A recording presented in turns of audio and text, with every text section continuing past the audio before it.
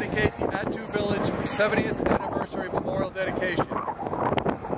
It's August 20th, 2012. We are here today to dedicate this permanent memorial to honor the sacrifice of the Attu villagers on the 70th anniversary of Attu being invaded by the Japanese troops. The villagers, the only North Americans forcibly removed from their homes, were taken as prisoners to a prison camp in Japan for the duration of the war. This memorial was conceived by the Alaska Veterans Museum and funded in partnership of that museum with the Aleut Pribilof Island Trust, the Anchorage International Rotary Club, the Aleut Corporation, Legacy Funeral Homes, and Mr. Alfred Keel.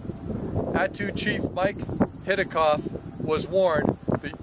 had warned that the U.S. government that the Japanese, who had been mapping and charting the Aleutians for years, would invade on Sunday, June 7, 1942, as they did.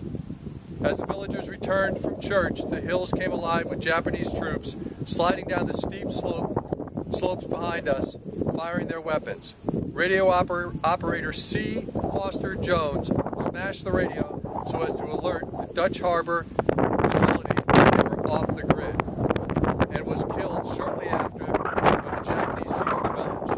He was buried at the corner of the village church and then later reinterred at Fort Richardson National Cemetery.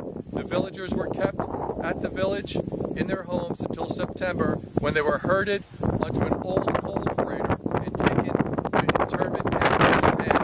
The white school teacher, Etta Jones, was taken to Yokohama prison, while the rest of the villagers were at a camp near Attu, Japan.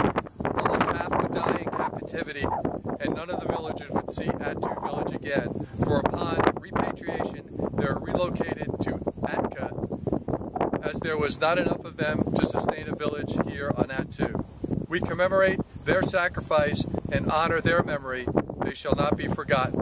Here today with Senator Lisa Murkowski, United States Coast Guard. Congratulations, ma'am. Thank you for coming out. And thank you to those who have worked so hard